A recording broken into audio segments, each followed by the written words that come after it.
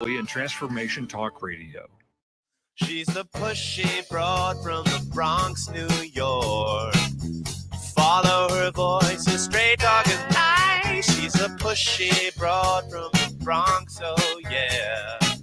Don't be surprised if you wanna listen twice. Make decisions, find the right choice. Know yourself better, find your own voice. It's okay if you need help today, cause everybody needs a little push. From the pushy broad from the Bronx, New York.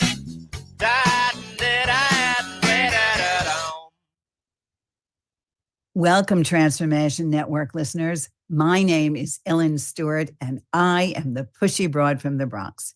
Happy New Year. Welcome to my show, Recovery Recharged, where we share valuable information and insights from experts in addiction and recovery.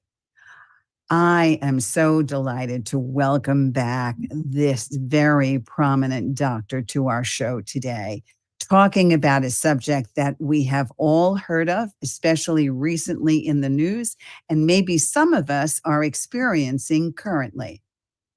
Are you living with chronic pain? Dr. Wang is going to talk to us about what this is all about, how you can identify it, and ways to treat it holistically and medically. Dr. Wang has been a guest of ours on Recovery Recharged. He is an outstanding collaborator for me, and he has graciously agreed to appear today and talk about this subject. Before I ask Dr. Wang to begin, I just want to tell you a little bit about this man. He is an addiction medicine physician and an associate medical director at Caron Treatment Centers. He oversees detox and chronic pain programs and also oversees Caron's nursing staff. He also serves as medical director for the Grandview and Older Adult program. He's a diplomat of the American Board of Addiction Medicine, the American Board of Anesthesiology, and the American Board of Preventative Medicine Addiction Medicine Specialty. He's a fellow of the American Society of Addiction Medicine and the Pennsylvania Society of Addiction Medicine. Dr. Wang is also a clinical assistant professor of psychiatry at Penn State College of Medicine. Recovery Recharged and the Pushy Broad especially is so delighted to welcome in the new year, Dr. Wang. Good morning. How are you? Good morning, Ellen. Glad to be here. I'm always happy to be on your show. My pleasure. Thank you so much. I really consider you an expert, not only in the field of addiction medicine, but certainly in the field of chronic pain. So let's start very simply for all of us, because I had to learn this as well. Please begin by giving us an idea of how pain is even defined. Today, the pain is defined as an unpleasant sensory and emotional experience associated with actual or potential tissue damage, and or described in terms of such a damage. And that's the definition of pain as defined by the International Association of Study of Pain. So what would differentiate normal pain from chronic pain? There's essentially two different kinds of pain, Ellen. There's acute pain and there's chronic pain. And when we think about acute pain, typically what we're describing is a discomfort secondary to a noxious stimuli due to injury or disease process, or very commonly in a post-op period, immediate post-op period. Whereas a chronic pain is a pain that persists beyond a reasonable time for healing to occur, okay?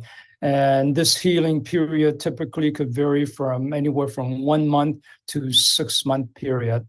And chronic pain can vary, can be from nociceptive pain, just like acute pain. It could also be from neuropathic, or it could be a mixture of both. And the distinguishing feature of chronic pain versus acute pain is that chronic pain, one of the features is it can have a psychological component to this pain. I see. Okay. Well, we're going to talk much more about that psychological component as we move on. But I want you to give us a brief layman science lesson on how the brain experiences pain. When pain is experienced, that typically means that in the periphery, that means whether it's the limbs, the torso, somewhere outside of the central nervous system, there's tissue damage. Okay, now we're talking about acute pain condition here. Mm-hmm. For example, broken bone or immediately after surgery, and the central nervous system receives the signal from this area of tissue damage, and so the central nervous system it looks like a highway. Okay, from the periphery to the brain where this information is processed. So it's kind of like a two-way highway. There's afferent and efferent pathways. Afferent receives the signal from the damaged area to the brain for processing in an area called the limbic system, and also the cortical area. Okay, and then the efferent refers to a signal that goes back to that area. So basically, the brain has to perceive that discomfort.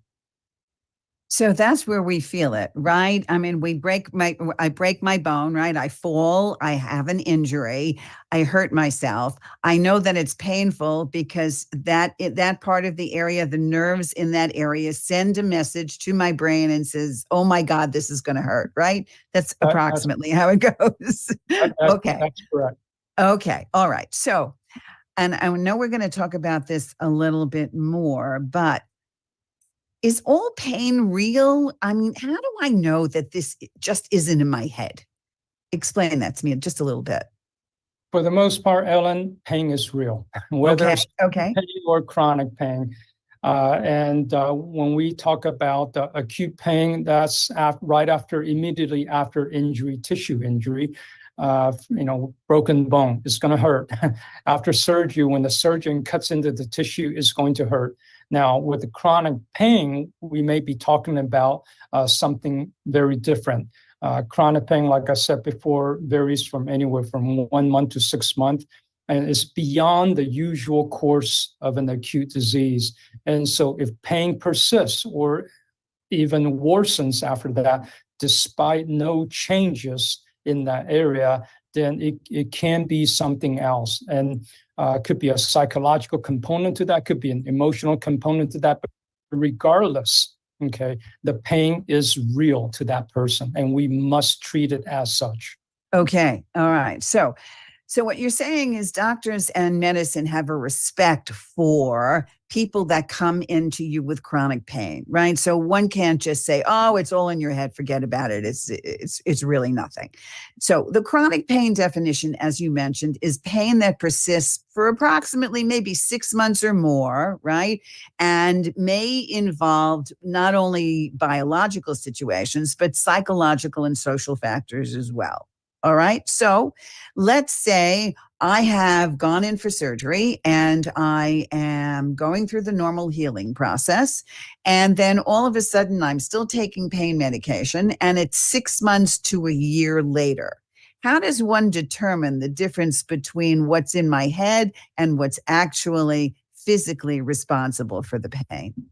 How does that happen?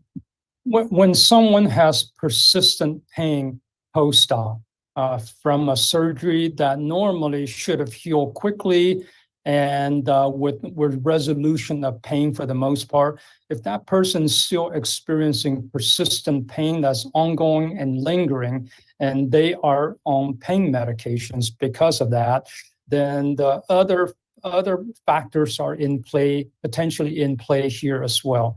Most commonly, full agonist opioids such as morphine, Dilaudid, oxycodone, and such are prescribed for immediate post-op pain.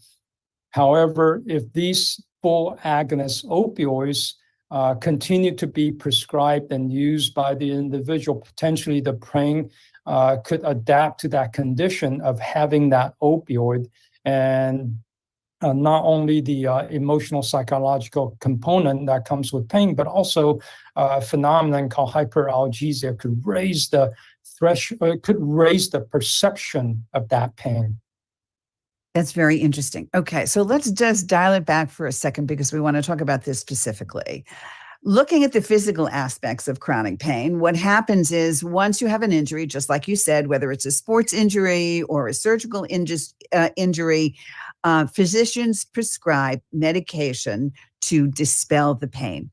Once it goes beyond a certain point, a reasonable point of healing for the physical situation, if the pain is still persisting, one can feel that maybe the pain is no longer physical, but now psychological.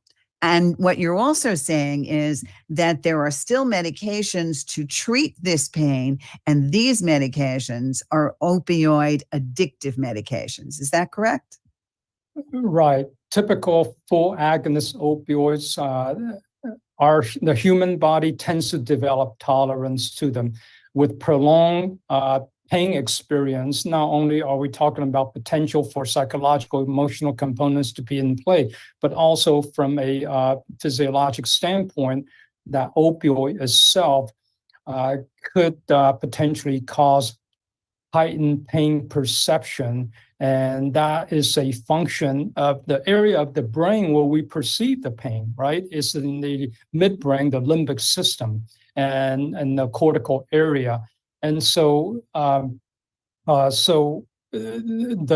full agonist opioid, that's what we're talking about here. Full agonist opioid use becomes problematic in itself, not just talking about the emotional and psychological component. I understand. So there's a physical thing behind the agonist. Would you explain agonist for most of us that don't understand that distinction, and name some of the agonist opioids again, please, so that we can recognize them? Most of the painkillers that we're familiar with, like morphine, oxycodone, hydrocodone, dilaudid, these are considered full agonist opioids. That means they're true opioids, they're true painkillers.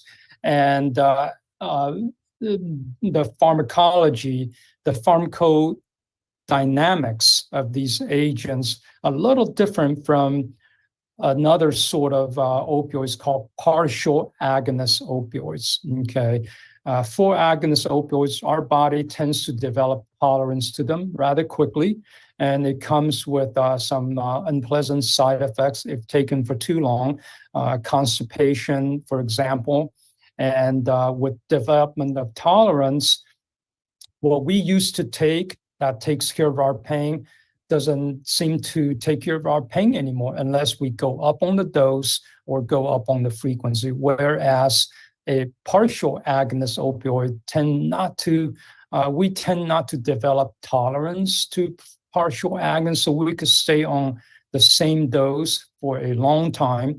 And a partial agonist opioid, we tend not to experience as many of the typical opioid side effects. Okay, so that's a distinction. But most painkillers are full agonist opioids. Give me an example of a partial agonist opioid. A partial agonist opioid, the very common one these days is buprenorphine, or more commonly referred to as Suboxone, which is used extensively in opioid use disorder to serve as a maintenance for the addicted person, but also for those of us in the country who do a lot of chronic pain management, we discovered that buprenorphine is actually not a bad painkiller for someone with a pain condition.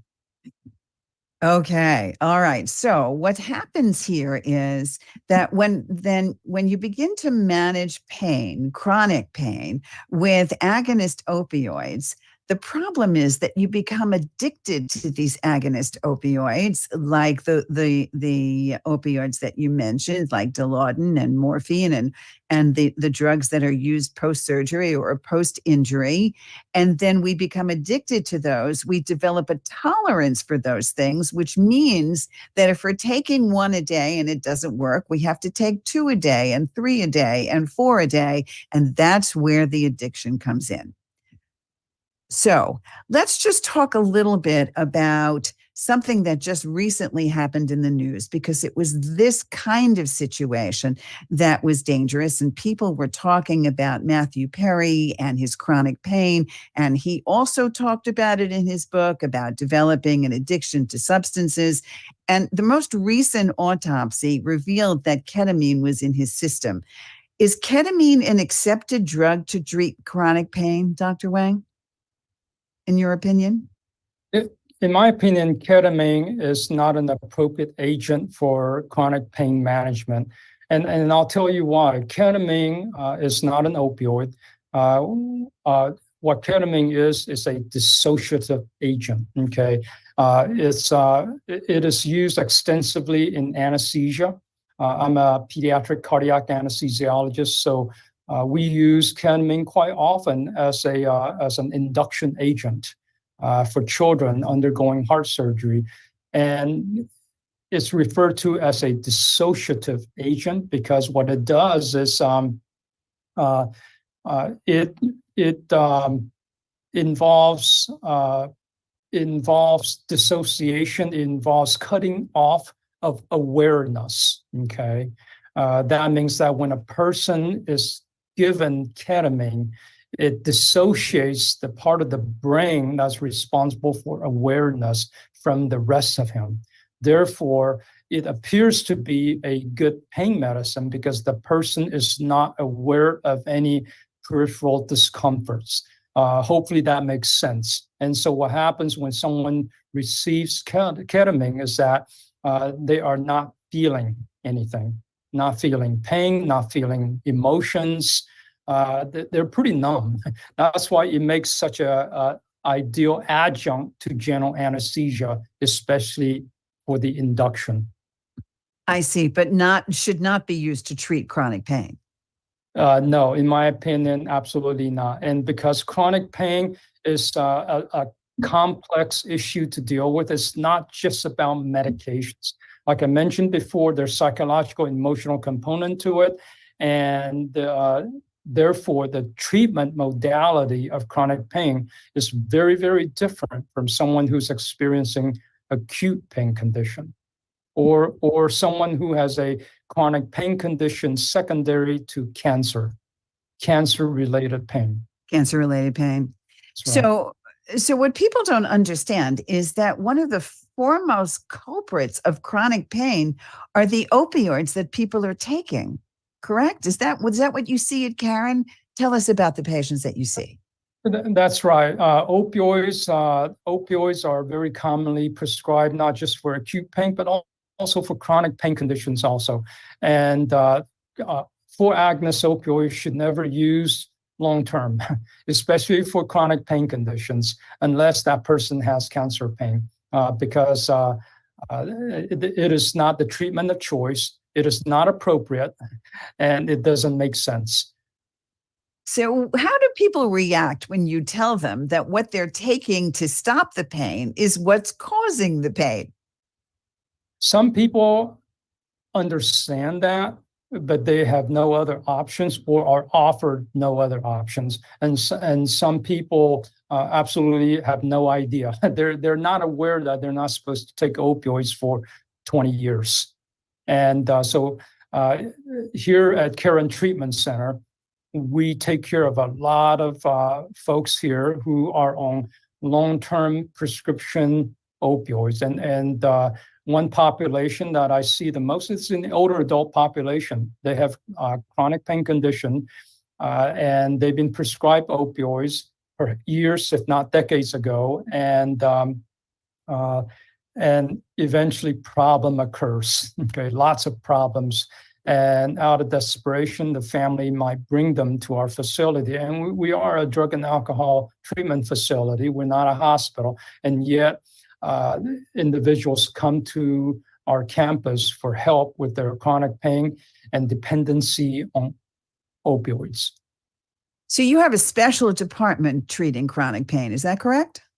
We do have a chronic pain program here that's multidisciplinary. That not only from a physical aspect, but also from a cognitive aspect also. And we're going to talk about more of that for sure. So when someone comes into you and they're a chronic pain patient, what are the kinds of things that they're asked when they come in? What questions? The first order of business always, Ellen, when someone comes in taking full agonist opioids and with chronic pain conditions, is the opioids has to go away. And so we initiate detox withdrawal management to get them off the opioids safely and as comfortably as we can. When you say, I'm sorry, go ahead.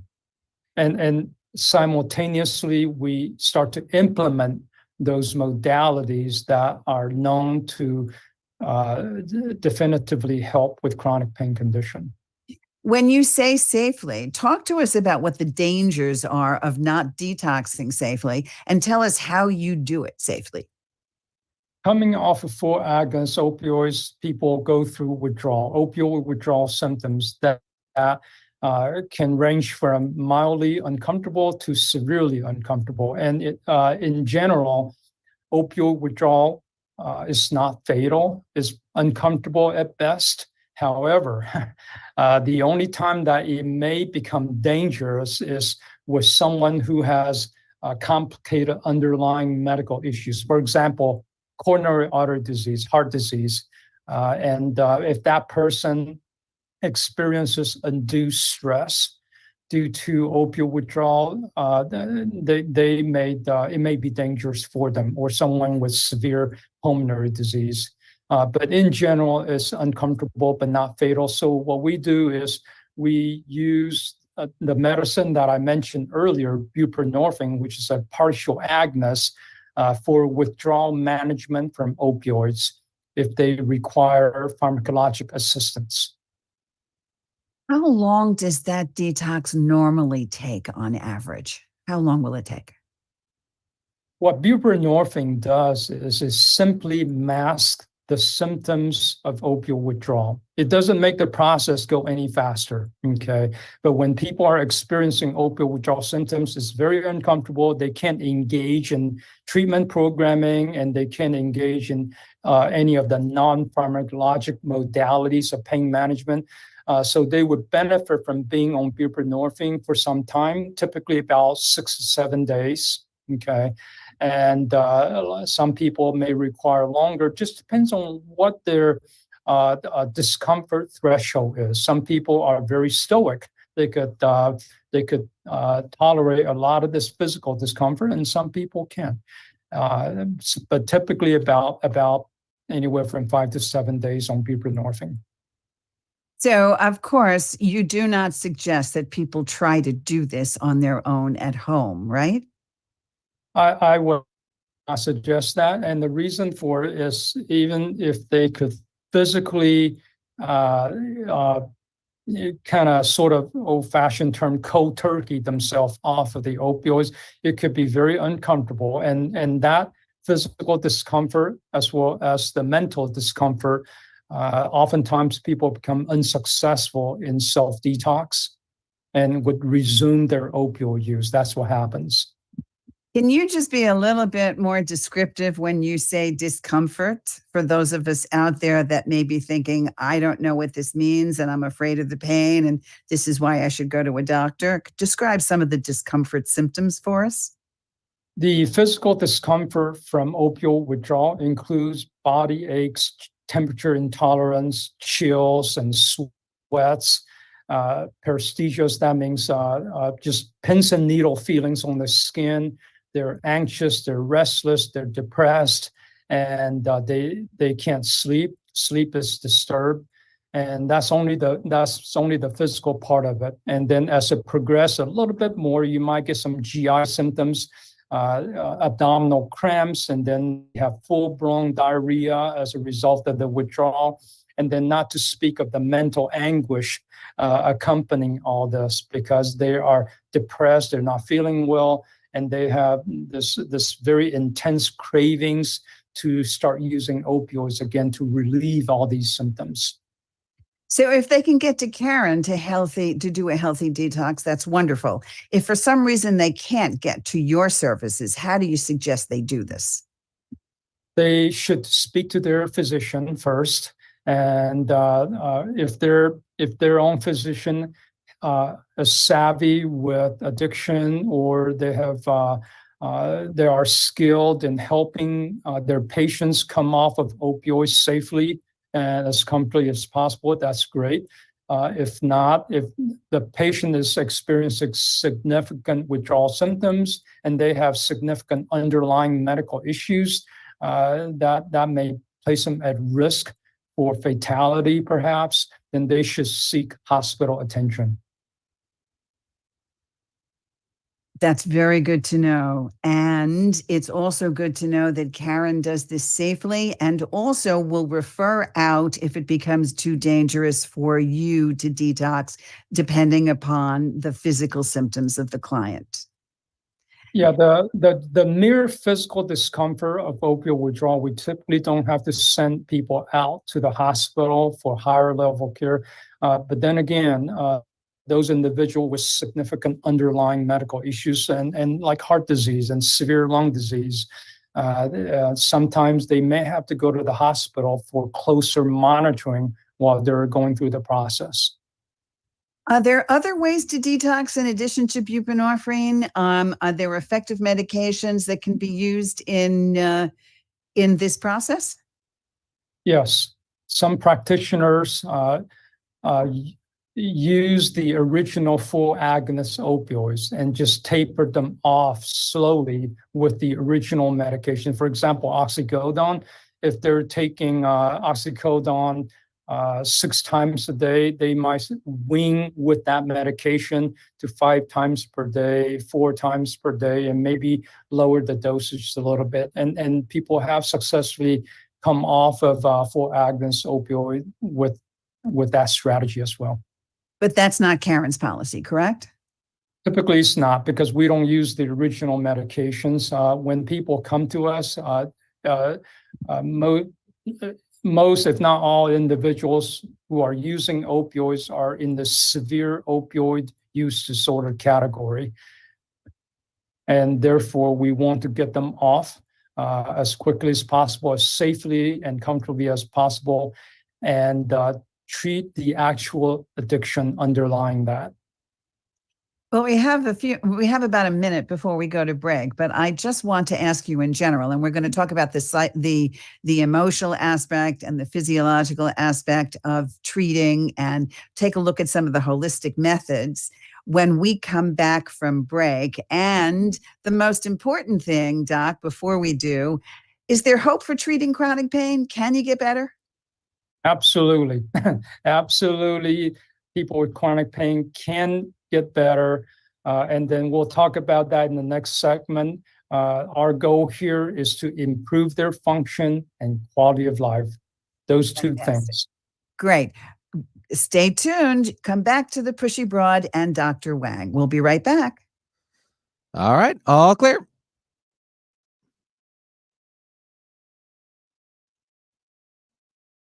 You have one life to live. You want to spend it doing something you enjoy and that has meaning. If you're listening to this, then you're among the many who feel that the work they're doing is no longer a fit. My comprehensive coaching will support you and help you figure it out. I've coached hundreds of people through career transition. Visit my website today to book a free call, www.reinventing-u.com, when what you do matches who you are. Are you ready to get big and live your life out loud?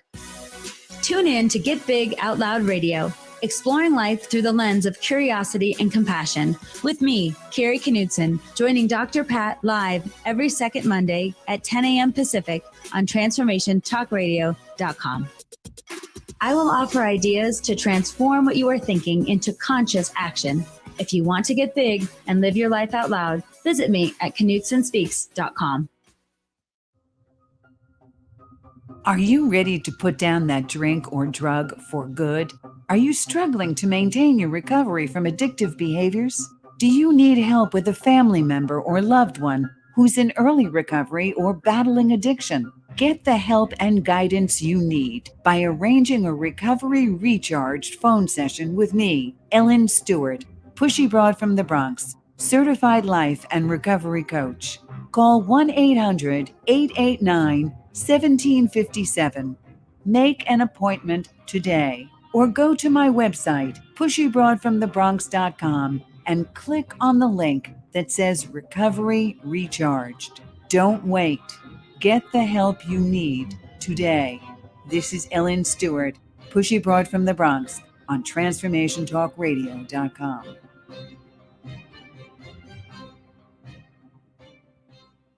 A book that actually has healing power. Introducing you to Maximize Your Healing Power by Dr. Sharon Martin, available now for pre-order.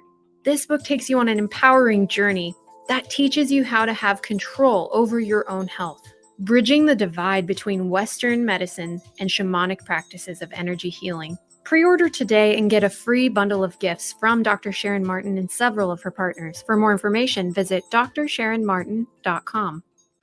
Are you looking to up-level your leadership style to create greater results and have more success, but not sure where to start? Executive coach Camilla Kahlberg can help. Recognized as one of the most inspiring coaches by EU Business News and regarded as one of the top mindset coaches in the world, she is helping clients thrive through personal and professional change. Camilla knows firsthand on what it takes to achieve what you may be missing in your life. Visit kahlbergcoaching.com for a free consultation. All right, stand by. Bronx, New York.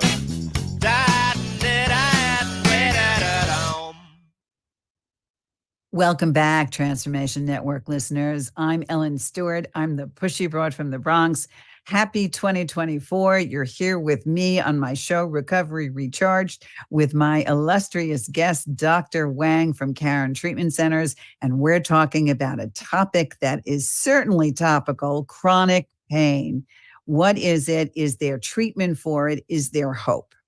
So, the doctor was talking about all of the physical symptoms of chronic pain, the fact that chronic pain is something that goes on for 6 months or more, and also has been treated by agonist opioids. And that sometimes is the problem that perpetuates the chronic pain.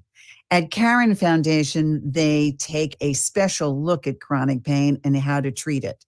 So not only do they do detox safely and treat the existing source of the agonist opioids, but they also treat the emotional and psychological aspects of chronic pain. So, Doc, what do we mean by emotional and psychological aspects? What happens to these patients? How do they feel? When we talk about emotional and psychological aspects of chronic pain, we must understand where this is coming from. And it's coming from a certain area in our brain called the limbic system. And the chronic pain signal, when it arrives in the brain, that's the area that's also of the brain that's the signal is being processed. So if you could think of the pain signal coming to the brain and emotional signals, and they're all in that same area, kind of mixed together like a soup, so to speak. And so when a person is emotionally dysregulated, whether they're depressed, they're anxious, they're angry, any of the distorted emotions, it will heighten the perception of pain as well, because it's all in the same area. So that's the part that we do understand, those of us who treat chronic pain conditions. So when we treat someone's pain perception, we're not only treating the peripheral source of the pain, but we're also treating the central source of their pain, which is seated in the brain. And that's what I mean when I say the psychological and emotional component. So patient comes into you, you know they're a chronic pain patient, they've been on opiates, they've gone through the detox, now they begin to do some of the work because they are no longer feeling the effects of the opioid detox for the most part. What kind of things, what kind of descriptions happen? What are they saying to you? How do you know how bad the emotional pain is? Give us some examples. when patients come to our facility with chronic pain conditions, whether that is their primary objective to get off of painkillers and find a better option of chronic pain treatment, or they come in for substance use disorder and chronic pain happens to be one of their co-occurring issues, we always want to get to know our patients a little bit better, not just about their physical condition, their chronic pain condition, but we also want to know about their mental health history, their psychosocial history, and their trauma history and such, so that we could see the person as a whole. Because if we don't address the co-occurring issues, that could potentially raise the emotional and psychological component, then we're not helping with their chronic pain at all. So one of the things that Caron does to treat the emotional side of chronic pain is to, what you're saying to me is improve their emotional awareness. Yes. What other kinds of things do you do? So, yes, improve their emotional awareness, but also, for example, Ellen, if someone has a past history of trauma that has never been addressed or resolved, and we must start to address that trauma issues. Many of our patients here, both men and women, for example, have sexual trauma. And if that piece of their history is not addressed or start to being treated, then that's an emotional dysregulation that potentially could contribute to heightened perception of pain. Or if they have depression and anxiety that is not treated or resolved, and that could raise the perception of pain as well. So first order business is always for patient to understand this body-mind connection that they have. And therefore, we have a chronic pain group in addition to the rest of the program to help them understand their relationship with pain and how their brain plays a huge part of it. So it's not only physiological, but it's emotional as well. You've explained to us that emotional pain is directly linked to chronic pain and their perception of how deep the pain goes, traumatic events, and also maybe everyday life stressors, correct? Things that make somebody anxious or sad or nervous? That's correct. And part of the triggering pathway is not only emotional dysregulation, but it's also stressors also, which leads to emotional dysregulation, right? And so we have to help our patients understand that stress is involved not only in heightened perception of their chronic pain, but also how that might play a role in their early recovery as well. That may lead to a relapse. Stressors. Yes, the everyday things. Even if they go past their trauma and they work through that and they work through their actual physical pain, they need to learn how to manage everyday ups and downs. That's correct. And it doesn't take them back to trying to mask that pain with agonist opioids. I understand. I know that Caron's program on chronic pain focuses on the life stressors. You improve, like you said, the emotional awareness. You help them also overcome their fear of pain, correct? Right. That's correct. That's part of understanding their chronic pain condition. Most people, in my experience with chronic pain conditions, they see their pain as an adversary. They're fighting their pain all the time, every day, for years. And here we try to help them shift their perception of that pain. Rather than looking at it as an adversary all the time, we help our patient look at their chronic pain condition sort of as a partner, okay? Explain that a little more. What do you mean? For example, if a person looks at their chronic pain condition merely as an adversary, I wake up this morning and my leg is hurting. How can I defeat my enemy today? What can I take? right? What medicine can I take? What do I have at my disposal to fight this nemesis, right? Instead of looking at the pain like that, we help our patient to shift their perspective, kind of like recovery, Ellen, to shift their perception a little bit about their pain. When someone has exacerbated pain or a pain flare-up,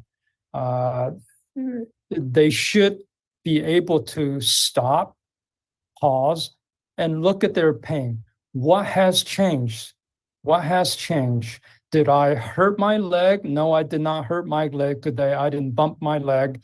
What's going on with how I feel right now? Am I all jammed up on the inside? Am I anxious about something? Am I angry about something that just happened?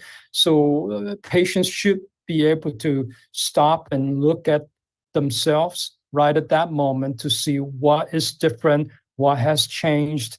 And once they're able to identify that emotional component, then do something about it. Have a good skill set and strategy to do something about that. Again, I look at chronic pain management sort of running along a parallel track with recovery, because what makes chronic pain worse likely will make likely will impact their recovery as well.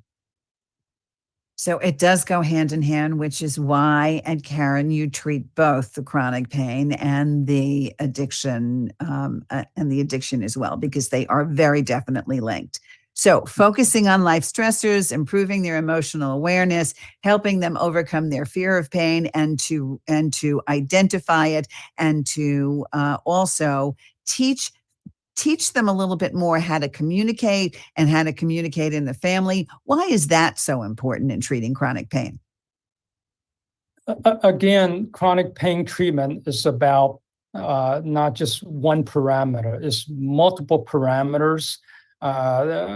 Anything that potentially could dysregulate a person, okay, should be looked at by that individual, whether it's past trauma and resolved, whether it's mental health, or what you're referring to might be that psychosocial piece with a family interaction.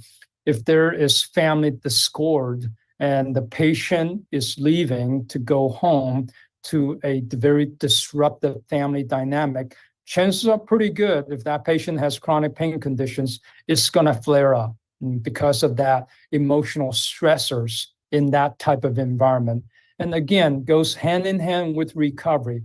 If someone who completed treatment here and is in their early sobriety and they go home to that disrupted environment, they are under stress, emotionally dysregulated, chances are high that they will relapse. All right. So it is a full cycle approach to treating chronic pain from the emotional standpoint. Now, let's talk about the non-pharmacological approaches to treat chronic pain that you do in lieu of medication at Caron. Give us some of the key components of what that looks like. Yeah. Now, we had talked a lot about opioids, the full agonist opioids, partial agonist opioids, but not to say that all medications are not appropriate in chronic pain management, because there are some medications that's been found to be very helpful. And obviously, coming from us, they are non-habit forming, non-addictive medications. And then there's a whole slew of non-pharmacologic modalities of pain management. And on top of the list, this is the number one priority that I order for virtually everyone with chronic pain condition, is physical therapy. Okay, in other words, movement and activity. And people with chronic pain conditions and with substance use disorder on top of that typically are not very active.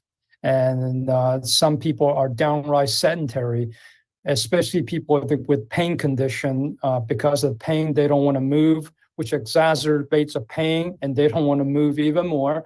And it's a vicious cycle. So first order business is always movement. Motion is lotion. That's And how does Caron accommodate that? Well, first we enrolled them in physical therapy, and our physical therapy here is perhaps a more accurate description of our physical therapy here is functional therapy. Okay, to get people moving, to recondition certain muscle sets and to strengthen, because with some of the most common pain conditions that involves bony structures and the spine, like low back pain, for example, typically the muscular support to the bony structure is deficient. It is not strong enough to support the structure. Stronger it is, more support they get, and better they'll feel. And from physical therapy, once they get a little bit more reconditioned and stronger, then they could work with our trainers at the gym and just start to become more and more active. So movement is always number one, and medical massage is always is another modality that's very helpful for chronic pain condition. Again, it speaks to muscle contractions and tightness, typically asymmetric. That means one side, muscles on one side of the body is going to be more conditioned than the other side and tighter, okay? And so medical massage works to kind of loosen up the musculature a little bit. And we also have acupuncture performed by a very skilled physician here we have, and that has been found to be extremely helpful for all sorts of chronic pain conditions as well. And what about neuromodulation stimulators? What are those? Neuromodulation is appropriate for some people and not for others. And what these devices are, they are electrical stimulations. That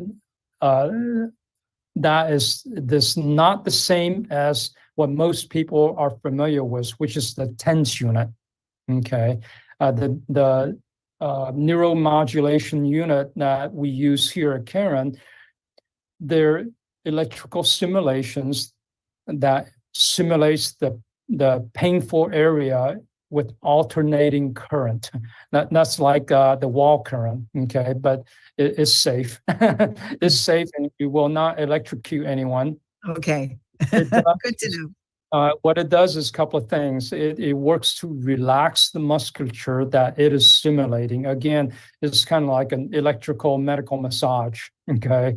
And after our muscles been stimulated by electricity, it tend to go into what's called latency period, okay? That means the musculature just kind of relax. And that is helpful for people with very, very tight musculature that contribute to that pain. And the other thing that the neuromodulation unit does is sort of disrupts the pain signal from the affected area to the brain. We talked about that body-brain communication earlier, that two-way highway, and neuromodulation device kind of disrupts that highway a little bit. And so people do find this device very helpful. So again, you work in a specific way by giving your clients not only medication when they need it, but by helping them emotionally, and then, of course, non-pharmacologically. If they are not able to get to you, then this is the best time of year, especially in the beginning when we have all these New Year's resolutions, right? Movement is key. So if they're working with a doctor and you're tapering because you have chronic pain, or you have gone through a detox, or you want to begin to lessen the pain, a gym or movement or massage, physical therapy, medical massage, acupuncture, all of these things will help tremendously. And what about overall wellness, Dr. Wang? How do we improve that in order to help chronic pain? Overall wellness certainly is very, very important, not just from appropriate medications for their chronic pain, but also from non-pharmacologic modalities that we just talked about, but also healthy diet and lifestyle. And we know that healthy diet it is helpful for people with chronic pain conditions to avoid certain type of unhealthy processed foods. And certainly we encourage that also. And we have our chronic pain patients, if their diet is horrendous because as part of their substance use disorder, we do have them meet with our certified dietitian to review their diet and offer suggestions of what they probably should be eating here. Those are very big suggestions for all of us, and the kinds of things that will seriously help minimizing the pain, not only emotionally, but physically. So on the whole, you've created this wonderful program. What is your hope? What's the end goal in managing chronic pain? There's really no angle, Ellen, but there's goals. Okay. Let me put it this way, Ellen. The goal of any chronic pain management is always to improve their function and to improve their quality of life. Okay. So by saying that, you notice that I did not mention how little or how much pain the person have, because that is not the focus here. Okay. The focus of our chronic pain program is not to reduce the person's perceived pain from 8 to 9 out of 10 to a 1 out of 10. That is never the goal. Okay. Now, if that happens, that's great for the person, but the goal is always to improve their function and quality of life, whatever level of pain they leave here with. Okay. And our experience here at Caron is that most people with chronic pain conditions leave here with either very little pain or virtually no pain. And certainly they could report that their function and their quality of life, just within the several weeks that they've been here, they could see that it has much improved. So function and quality of life. Function and quality of life. That's absolutely fantastic. And your success rate seems to be very high. Give us an example of maybe 1 or 2 people that have walked in with serious situations and have left you in a much better frame. Just a couple of examples for us. One individual that always come to mind because he had a dramatic improvement as an older adult that we had here a number of years ago, who came in. He was prescribed opioids, full agonist opioids by his physician. And this is a very, very kind, compassionate doctor who was doing the best she could. And in the end, he came to us because problems were happening. Emergency room visit after emergency room visits.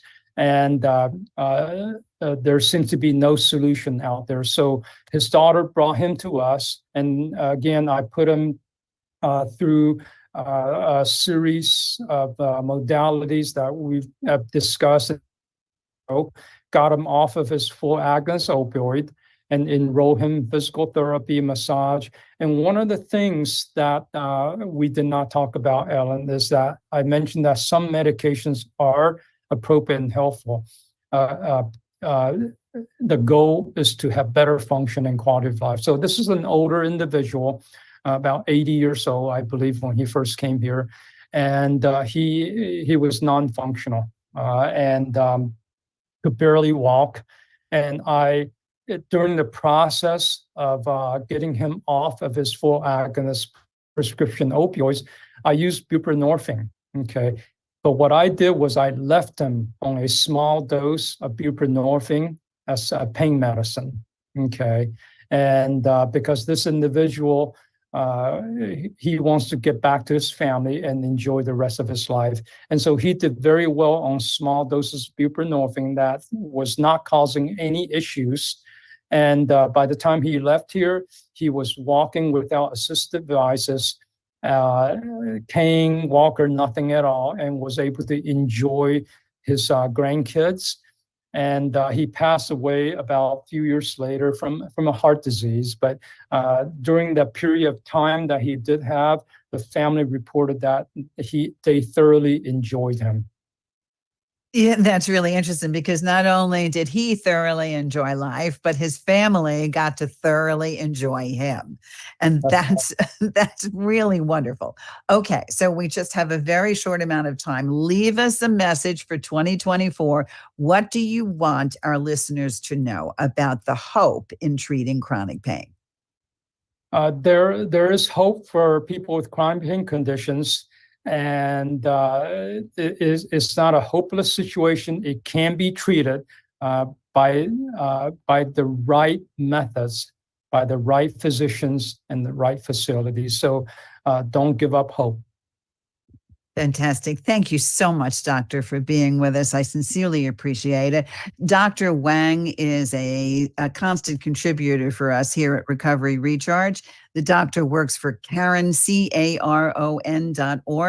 a very world-renowned treatment center here in the United States, CARON.org. You can read about their chronic pain program. And if it's for you, please go. The Pushy Broad from the Bronx is always here for you. Recovery Recharged happens on a regular basis. Please go to my website, pushybroadfromthebronx.com. Sign up for a free session if you want to start the new year off right, or call me at 800-889-1757. I am here to help you. Thank you so much. Let's ring in the new year a bigger and better and brighter you.